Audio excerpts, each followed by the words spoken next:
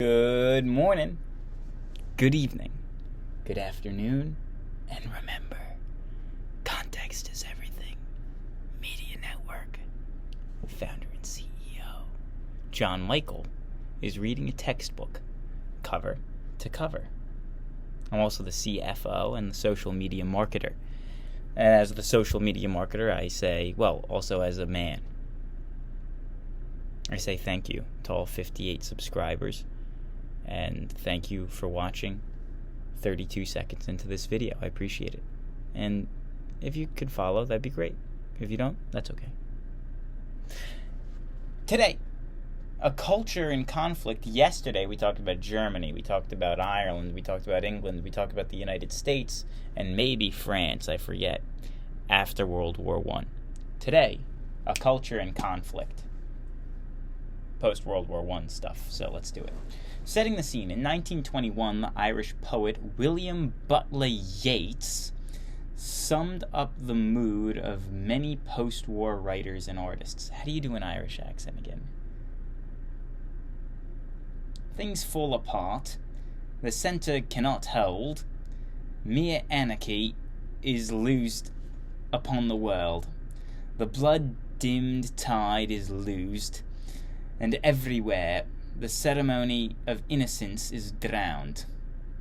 William Butler Yeats, The Second Coming. It was not only the war that fostered this sense of uncertainty of civilization falling apart. New ideas of scientific discoveries were challenging long-held ideas about the nature of the world. Views of the universe. The ancient Greeks were first to propose that all matter is composed of tiny, invisible atoms. Over the centuries, most scientists came to accept this idea, but discoveries made in the late 1800s and the early 1900s showed that the atom was more complex than anyone suspected.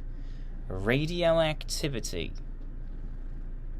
By the 1900s, the Polish-born French scientists Marie Curie and others were experimenting with radioactivity. They found that the atoms of certain elements, such as radium and uranium, spontaneously released charged particles. As scientists studied radioactivity further, they discovered that it could change atoms of one element into atoms of another. Such findings proved that atoms were not solid and indivisible. Relativity. In 1905, German-born physicist Albert Einstein advanced his theories of relativity. Einstein argued that measurements of space and time were not absolute, but are determined by many factors, some of them unknown. This idea raised questions about Newtonian science, which compared the universe to a machine operating according to absolute laws. The post-war years, many scientists came to accept the theories of relativity. To much of the general public, however, Einstein's ideas seemed to reinforce the unsettling sense of old centuries crumbling and a universe whirling beyond the understanding of human reason. Probing the mind. The Austrian physician Sigmund Freud also challenged faith in reason. The Austrian physicist Sigmund Freud also challenged faith in reason. He suggested that the subconscious mind drives much of human behavior. Freud said that the civilized society learned values such as morality and reason help people repress or check powerful urges, but an individual feels constant tension between repressed drives and social training. This tension, argued Freud, may cause psychological illness or physical symptoms, such as paralysis or blindness. Freud pioneered psychoanalysis, a method of studying how the mind works and treating mental disorders. He analyzed dreams for clues to subconscious desires and developed ways to treat mental illness. His ideas had impact far beyond medicine. Freud's work led artists and writers to explore the subconscious mind. Modern art and architecture. In the early 1900s, many Western artists rejected traditional styles. Instead of trying to reproduce the real world, they explored other dimensions of color, line, and shape. Painters like Henri Matisse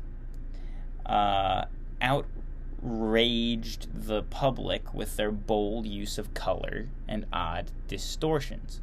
He and fellow artists dubbed fauves, or wild beasts. He and fellow artists were dubbed fauves, or wild beasts. New direction in painting. Before the war, the Spanish artist Pablo Picasso and his friend Georges Braque had created a revolutionary new style called Cubism. Georges Braque, B-R-A-Q-U-E, Braque. Georges Braque. Cubism. They broke three-dimensional objects into fragments and composed them into complex patterns of angles and planes.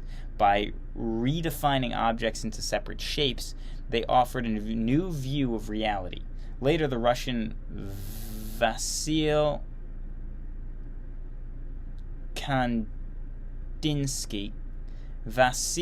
Kandinsky and German Paul Klee moved even further away from representing reality. Their artwork was abstract, composed of lines, colors, and shapes with no recognizable subject at all. During and after the war, Dada burst into Paris art world. D-A-D-A, non-capitalized. Dada burst into the Paris art world. Dada was a revolt against civilization. One Dadaist proclaimed, "Dada is life without discipline or morality, and we spit on humanity." Paintings by artists like Hans Arp and Max Ernst were intended to shock and disturb middle-class viewers. Cubism and Dada helped inspire Surrealism, a movement that attempted to portray the workings of unconscious mind. The Spanish surrealist Salvador Dali used images of melting clocks or burning giraffes to suggest a chaotic dream state described by Freud. Architecture. Architects, too, rejected classical traditions and developed new styles to match the industrial urbanized world. The famous Bauhaus, B-A-U-H-A-U-S, the famous Bauhaus school in Germany influenced architecture by blending science and technology with design. Bauhaus designers used glass, steel, and concrete, but little ornamentation. The American architect Frank Lloyd Wright reflected Bauhaus' belief that function of a building should determine its form. When designing a house, he used materials and forms that fit its environment. Falling water. New literature. The new literature. In 1920s, war novels, poetry, plays, and memoirs flowed off the presses. Works like Remarque's All Quiet on the Western Front exposed the grim horror of modern warfare. Other writers heaped scorn on blundering military and political leaders. Their works reflected the powerful disgust with war that would color the European scene for decades. A loss of faith. To many post-war writers, the war symbolized a moral breakdown of Western civilization. In 1922, American-born English poet T.S. Eliot published The Waste Land. This long poem portrays the modern world as a spiritually empty and barren place. The sun also rises. The American novelist Ernest Hemingway also shows the rootless wanderings of a young people who lack deep convictions. I did not care what it was all about, says the narrator. All I wanted to know was how to live in it. Literature of the inner mind. As Freud's ideas became popular, some writers experimented with stream of consciousness.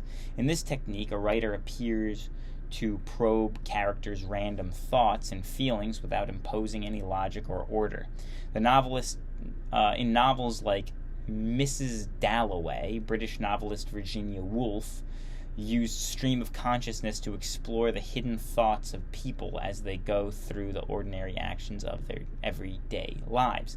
The Irish novelist James Joyce went even further. In Finnegan's Wake, he explores the inner mind of a hero who remains sound asleep throughout the novel. To convey a freedom and playfulness of the unconscious mind, Joyce invented many words, including some like Baba Baba Legakatama Minkanaga Tonaroka Tonantha Travahantawa Sona Tuhu Hudanoskak, 100 letters long.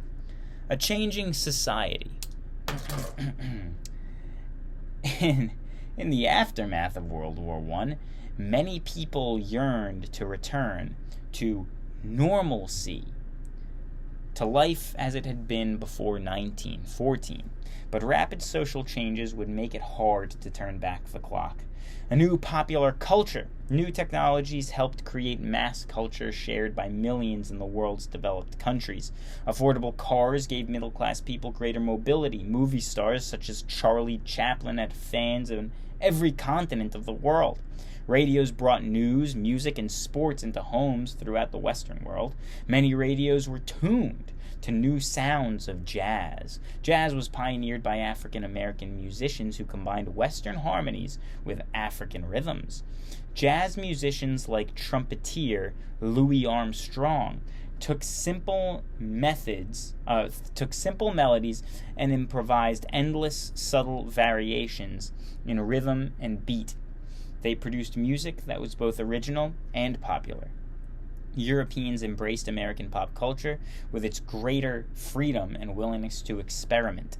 The nightclub and the sound of jazz were symbols of freedom. In fact, in the 1920s are often called the Jazz Age.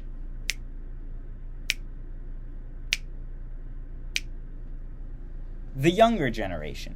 After the war, rebellious young people rejected the moral values and rules of the Victorian age and chased after excitement.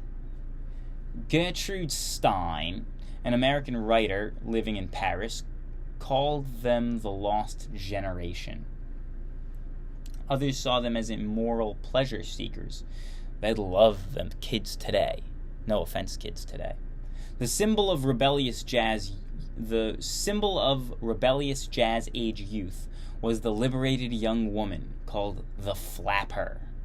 The first flappers were American, but their European sisters soon adopted the fashion.